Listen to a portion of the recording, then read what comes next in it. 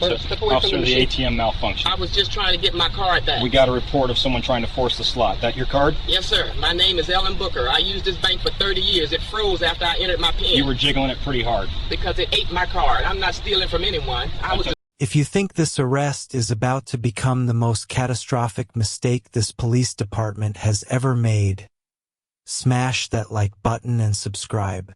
Because when this woman's true identity is revealed, badges will be stripped, careers will crumble, and the city will write a check for millions. This woman, just handcuffed at an ATM, isn't a criminal. She's the former city treasurer who spent 31 years in public service, who personally sat on the hiring committee that selected the current police chief, and who controlled the department's entire $165 million budget. Stay watching to see how one malfunctioning ATM and one officer's assumptions lead to a $2.0 million lawsuit and prove that even 3 decades of impeccable public service can't protect you from being treated like a criminal when you're a black woman at 6:45 p.m. Gertrude Becker was 62 years old with a master's degree in public administration from Howard University and 31 years of distinguished service in city government. The last 14 as city treasurer managing the city's $480 million budget. She had risen from junior financial analyst to the city's first black woman treasurer through relentless competence and unwavering dedication, implementing fiscal accountability reforms that became benchmark models for municipalities across 3 states. Gertrude had championed public employee pension reform that increased retirement benefits by 19%, fighting the city council for 11 months to secure proper funding because she believed every city worker deserved financial dignity in retirement. She had personally served on the hiring committee that brought Police Chief Robert Harrison to the department 7 years ago, attended his swearing-in ceremony, and fought tirelessly for funding that provided new patrol vehicles, advanced body cameras, crisis intervention training, and salary increases that helped recruit quality officers who actually reflected the community they served. 8 months ago, Gertrude retired after a farewell celebration attended by the mayor, every city council member, and nearly 400 colleagues who genuinely respected her integrity and work ethic. She had launched a municipal consulting firm and was earning excellent money helping other cities with budget reform, living comfortably while cherishing time with her 2 adult children and 4 grandchildren. This Tuesday evening at 6:43 p.m., Gertrude stopped at the community bank ATM after her granddaughter's dance recital to withdraw $280 in cash for the birthday dinner she was hosting. A routine transaction she had performed countless times at this exact machine over 16 years. She had absolutely no idea this routine withdrawal was about to become the most humiliating experience of her post-retirement life. Gertrude inserted her debit card into the ATM, entered her PIN, and selected $280 cash withdrawal. But the machine froze mid-transaction, displaying a cryptic error code before the screen flickered and went completely blank. She pressed cancel repeatedly, tried the help button, examined the card slot, and called the customer service number printed on the machine while attempting to retrieve her card that had vanished into the malfunctioning device. For 12 agonizing minutes, she pressed buttons, peered into slots, and spoke on her phone with customer service, who told her a technician would arrive within 48 hours, but her card would need to be destroyed for security purposes.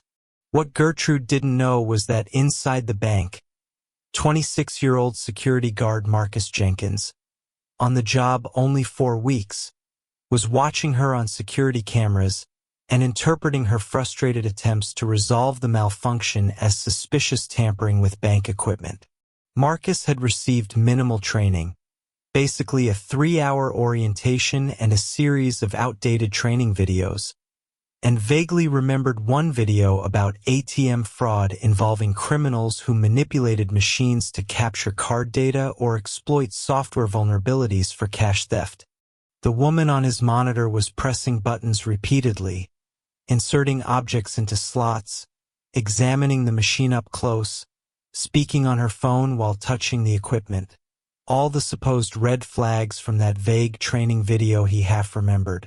Marcus called the non-emergency police line to report suspicious activity, describing a person who appeared to be tampering with the ATM, conveniently not mentioning he was brand new and wasn't actually sure what constituted genuinely suspicious behavior versus normal customer frustration.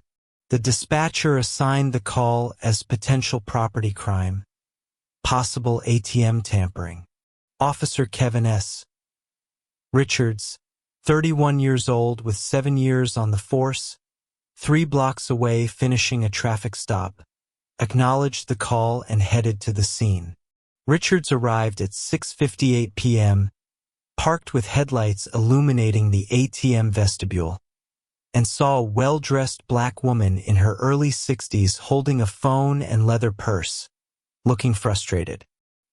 He approached with his hand positioned near his weapon out of habit, entered the small glass vestibule, and immediately blocked Gertrude's exit, demanding in a sharp tone to know what she was doing at this ATM. Gertrude explained the malfunction calmly and clearly, describing the error code and the customer service instructions, but Richard's training had taught him that guilty people always had plausible, rehearsed cover stories, and something about her composed demeanor triggered his suspicion. He demanded identification. Gertrude asked permission to reach into her purse. Appropriate caution for a black woman during any police encounter. But Richards interpreted this careful request as suspicious behavior because in his experience, innocent people just get their ID without asking permission. Richards ordered her to step away from the ATM, called for backup, reporting an uncooperative subject at a possible fraud scene. And Gertrude felt her initial confusion rapidly turn to genuine fear. She stated clearly and firmly that she was Gertrude Becker, former city treasurer for 14 years, simply conducting routine banking business at her own bank. Richards had never heard of her, didn't know who the city treasurer even was or what that position entailed, and interpreted her invocation of official authority as a manipulative attempt to intimidate him or claim special treatment that would let her escape consequences. When Gertrude asked to speak with a supervisor, Richards saw it as a direct challenge to his authority and decided immediately to detain her for suspicious activity, interference with banking operations, and failure to comply with lawful orders. Gertrude protested that she was a legitimate bank customer. The machine had clearly malfunctioned. This detention was completely unjustified, but Richards pulled out handcuffs and ordered her to turn around. When Gertrude hesitated for just 2 seconds, processing the surreal nightmare unfolding, Richards grabbed her arm firmly. She complied immediately, knowing from decades of watching the news that black people who resisted police often ended up injured, hospitalized, or dead, turning around slowly and placing her hands behind her back with dignity. The handcuffs clicked shut with metallic finality, and Richards walked her toward his patrol car as shocked people in the bank parking lot pulled out their phones and recorded the entire scene, capturing a well-dressed professional woman being arrested at an ATM like a common criminal. Officer Martinez arrived as backup and after hearing Richards' explanation, actually checked the ATM himself and discovered it was indeed completely malfunctioned. Frozen screen, card retention error, exactly as Gertrude had calmly explained from the beginning. Martinez quietly suggested to Richards that they should reconsider this detention, that maybe they were making a mistake here, but Richards, now fully committed to his decision and unwilling to admit error, insisted they would sort everything out at the station. Gertrude sat handcuffed in the back seat, humiliated beyond words and furious at the injustice. Watching the two officers confer outside while her entire life's work, 3 decades of public service and community dedication, was reduced to this single degrading moment. A black woman arrested at an ATM. Type your city or country in the comments because people everywhere need to see that decades of public service can't protect you from being judged by your appearance. If you think Gertrude is being treated unjustly, type injustice in the comments. The 11-minute drive to the station felt surreal and nightmarish as Gertrude watched familiar city buildings pass by. Buildings whose annual budgets she had personally managed, whose renovation she had funded and overseen, whose financial futures she had secured through careful planning. At the station processing desk, Sergeant Linda Davis, a 19-year veteran who had worked directly with the treasurer's office on budget allocations for years, looked up from her computer, and her face went from routine boredom to absolute shock as she recognized the former city treasurer standing before her in handcuffs. Davis stood abruptly, stared at Gertrude in disbelief, then looked at Richards with confusion and alarm, asking what on earth he thought he was doing and who exactly he had just brought into the station. Richards explained defensively about suspicious activity at an ATM, possible tampering, failure to comply, but Davis was already reaching for the phone, calling the watch commander, saying they had an emergency situation requiring immediate command-level response. Captain James Thompson, 24-year veteran who had attended Gertrude's retirement gala 8 months earlier and personally thanked her for years of budget advocacy that funded officer training programs, arrived within 60 seconds. He saw Gertrude standing in handcuffs, went visibly pale, and immediately removed the restraints himself while apologizing repeatedly, his hands actually shaking. Thompson demanded Richards explain why he had arrested the former city treasurer, and as Richards recounted his reasoning step by step, his justifications sounded increasingly weak and indefensible because Thompson's horrified expression made absolutely clear that nothing could justify this catastrophic arrest. Thompson sent Richards to wait in another room and personally escorted Gertrude to a private conference room, brought her water and coffee, offered to call anyone she needed, family, attorney, anyone, and immediately called Police Chief Robert Harrison at home. Chief Harrison was at home having dinner with his wife when Thompson's call came through. The brief, panicked explanation made him drop his fork mid-bite and drive to headquarters immediately, arriving within 18 minutes, still wearing casual clothes. Harrison entered the conference room and stopped dead in his tracks when he saw Gertrude. Clothing rumpled and disheveled, visible marks on her wrists from the handcuffs, her normally impeccable appearance completely undone, and felt an overwhelming wave of horror, guilt, and personal anguish. Gertrude had championed his candidacy 7 years ago when he was an outsider, advocating for him passionately when city council members strongly preferred another, more traditional candidate. She had fought for the pension reform that would improve his retirement by $47,000. She had sent flowers when his father died and a handwritten condolence note he still kept in his desk drawer. And now she sat in his police station after being arrested and handcuffed by one of his officers for the crime of withdrawing money from her own bank account. Harrison sat across from Gertrude and apologized sincerely and personally, saying there was absolutely no excuse for what had happened to her, that this was unconscionable. Gertrude accepted his apology graciously, maintaining her dignity even in this moment, but made crystal clear that a simple apology wasn't anywhere close to sufficient. This incident revealed serious, systemic training problems and racial bias issues, and she expected full accountability and meaningful consequences. Harrison promised a complete investigation and appropriate discipline, But he already knew the real damage was done because multiple people had recorded videos that were almost certainly already viral on social media. While Gertrude sat at the police station trying to process her humiliation, separate videos of her arrest had already been posted to social media and were spreading like wildfire across platforms. The first video, posted to Twitter at 6:59 p.m. by @City Watchdog 247, showed Gertrude being handcuffed with the caption, "Police activity at Community Bank downtown. Looks like someone got busted at the ATM. Probably fraud or identity theft."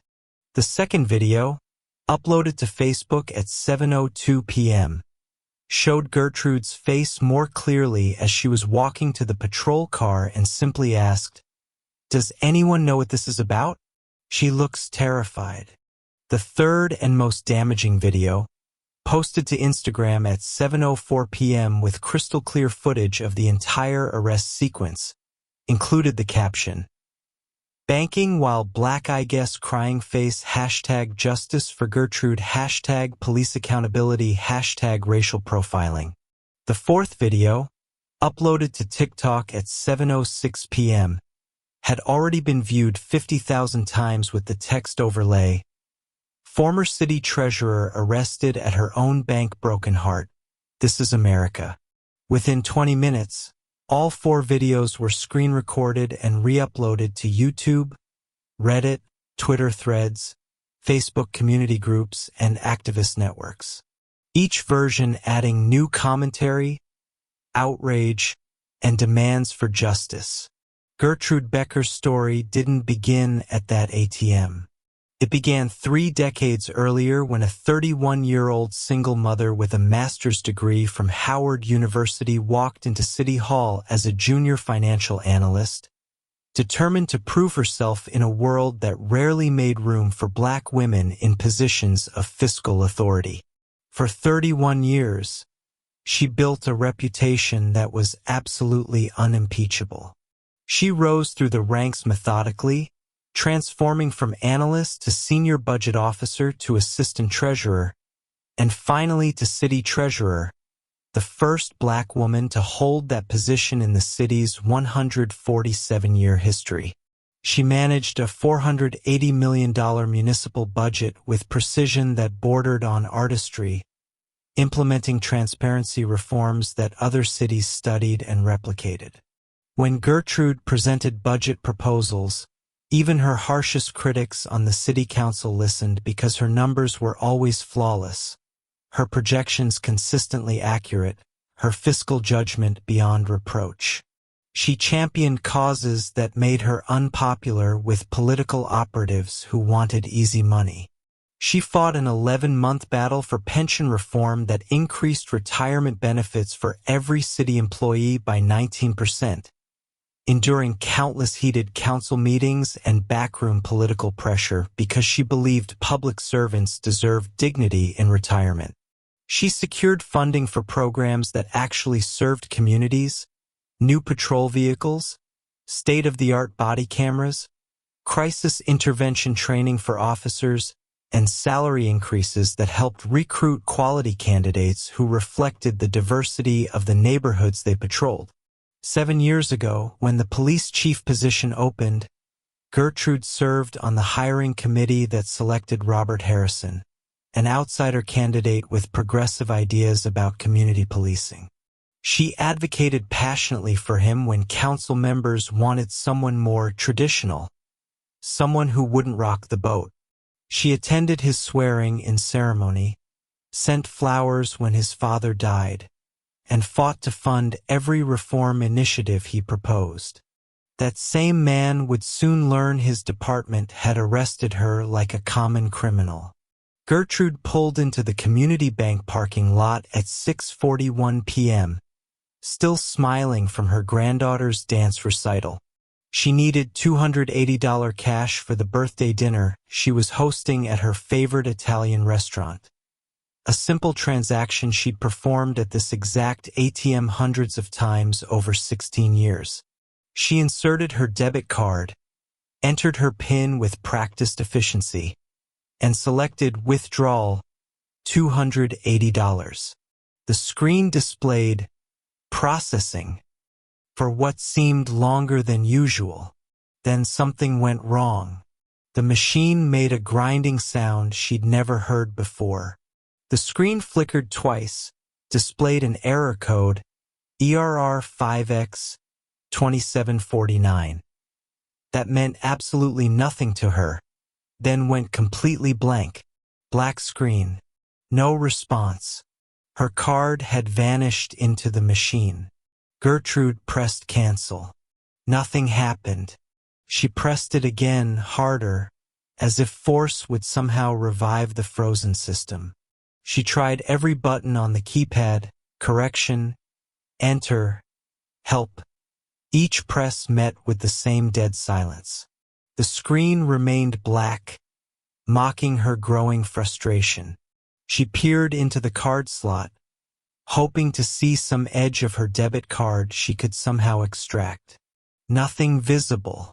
She examined the cash dispenser, checking if bills were stuck. Empty. She picked up the attached phone receiver and called the customer service number printed on the machine, her irritation mounting with each automated menu option. 12 minutes. For 12 agonizing minutes, Gertrude stood in that glass vestibule, pressing buttons that didn't respond, speaking with a customer service representative who was polite but utterly unhelpful, explaining repeatedly that yes, the machine had her card, no, she couldn't get it back, yes, a technician would arrive within 48 hours, and yes, unfortunately, her card would need to be destroyed for security protocols. She stood there, phone pressed to her ear, occasionally reaching toward the machine to try another button combination, desperately hoping something would trigger a response. Inside the bank, a young security guard watched her every move and reached a devastating conclusion. Marcus Jenkins had been a security guard for exactly 4 weeks and 3 days. At 26 years old, this was his third job in 18 months, and he desperately needed it to work out. The training had been minimal, a 3-hour orientation session, a stack of outdated policy manuals he'd skimmed, and a series of grainy training videos he'd watched on double speed to get through them faster. One video stuck in his memory, though. It featured dramatic reenactments of ATM fraud schemes, criminals tampering with machines, installing skimming devices, manipulating software to dispense extra cash.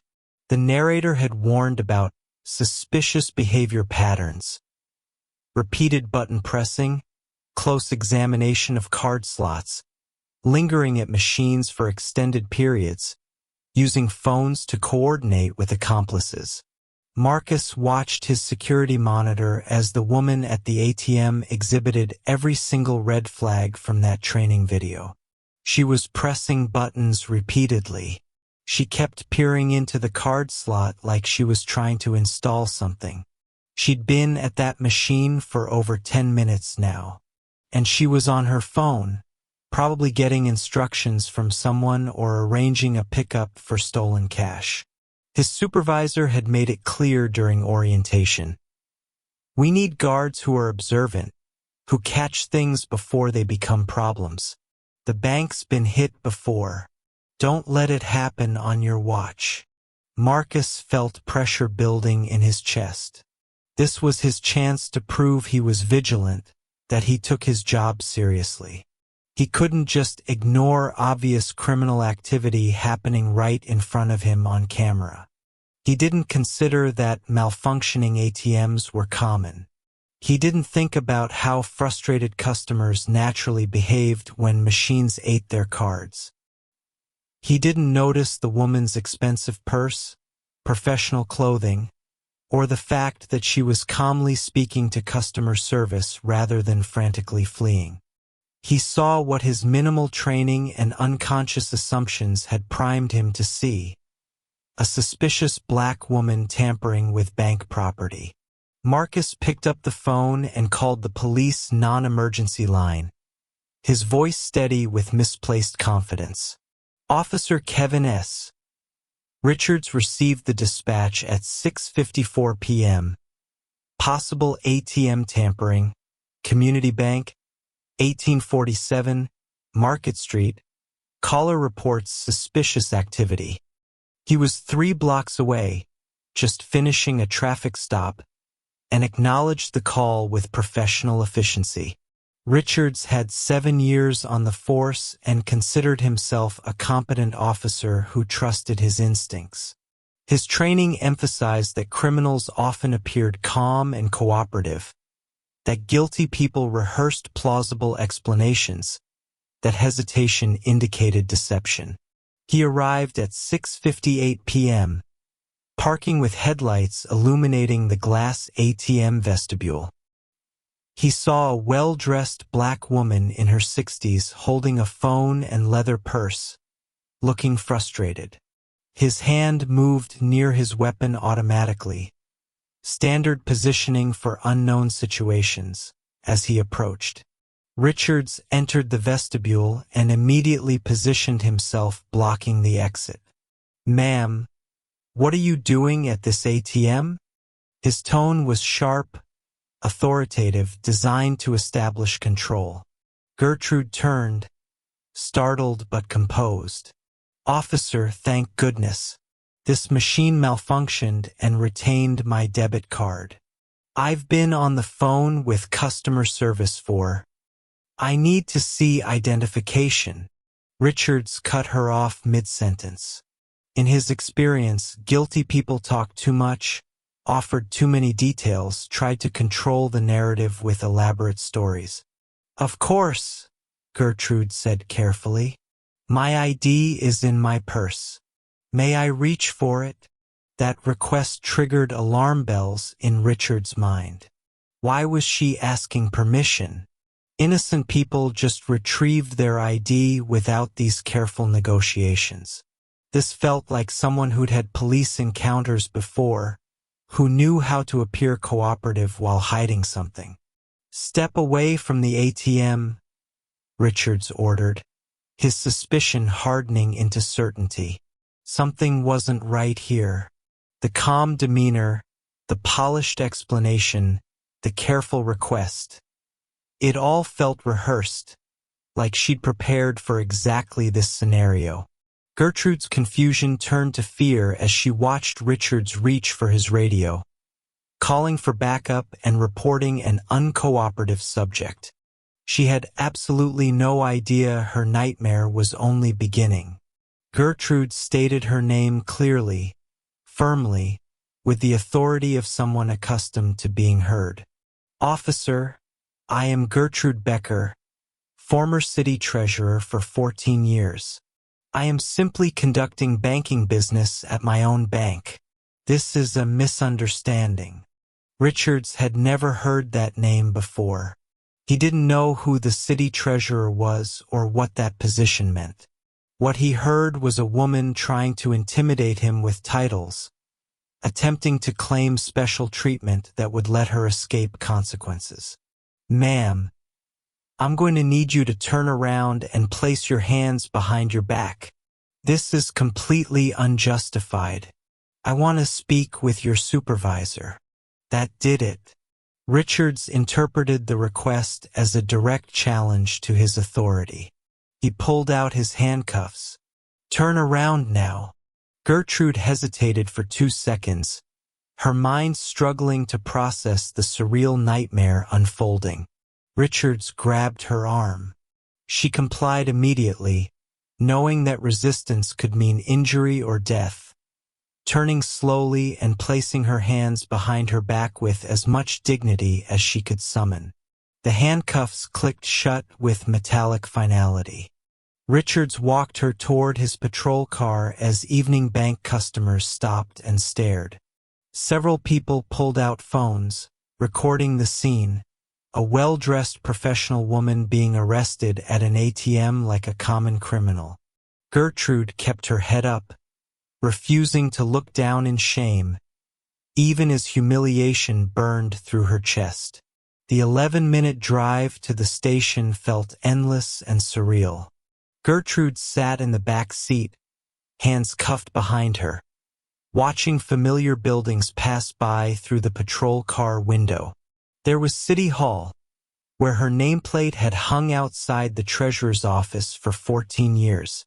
There was the municipal building whose $43 million renovation she had funded and managed. There was the police headquarters itself, a building whose budget she had personally overseen, whose salaries she had approved, whose very existence she had helped sustain. Now she was being delivered to it in handcuffs. Sergeant Linda Davis had worked the processing desk for 19 years. She'd seen thousands of arrests, processed countless suspects, and maintained professional detachment through it all. This Tuesday evening shift was supposed to be routine. She looked up from her computer as Officer Richards entered with a woman in handcuffs. Her eyes moved from the restraints to the woman's face, and everything inside her froze. Davis stood abruptly, her chair rolling backward and hitting the wall. "What?" Her voice cracked. She stared at Richards, then back at the woman, her face cycling through shock, confusion, and dawning horror. "Officer Richards, what do you think you're doing? Who did you just bring into this station?" Richards began explaining defensively about suspicious activity at an ATM, possible tampering, failure to comply with lawful orders. But Davis was already reaching for the phone, her hands shaking as she dialed the watch commander's extension. "Captain Thompson, we have an emergency situation requiring immediate command response. You need to come to processing right now."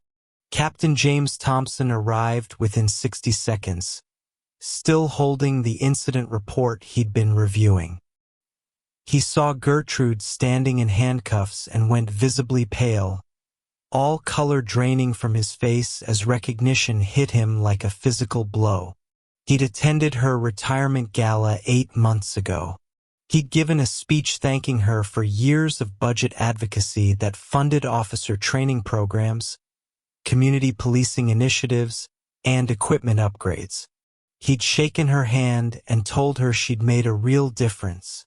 Thompson moved forward immediately, his hands trembling as he personally removed the handcuffs. "Ms. Becker, I am so sorry. There's no excuse."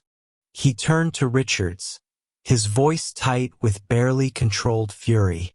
"Explain to me right now why you arrested the former city treasurer." As Richards recounted his reasoning, each justification sounded weaker, more indefensible, crumbling under Thompson's horrified stare. This wasn't just a mistake. This was a catastrophe. While Captain Thompson escorted Gertrude to a private conference room with water and repeated apologies, the digital wildfire had already begun spreading far beyond anyone's control. The first video, posted to Twitter at 6:59 p.m. by a user named @CityWatchdog247, showed Gertrude being handcuffed outside the ATM.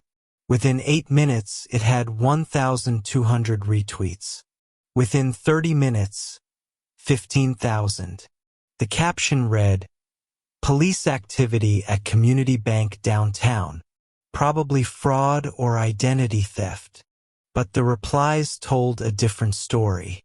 Someone recognized her immediately. "Wait, that's Gertrude Becker. She was city treasurer for like 30 years. What the hell is happening?"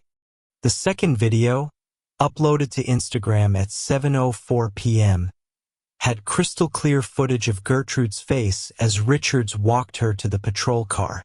The caption, "Banking while black I guess crying face #justice for Gertrude #police accountability."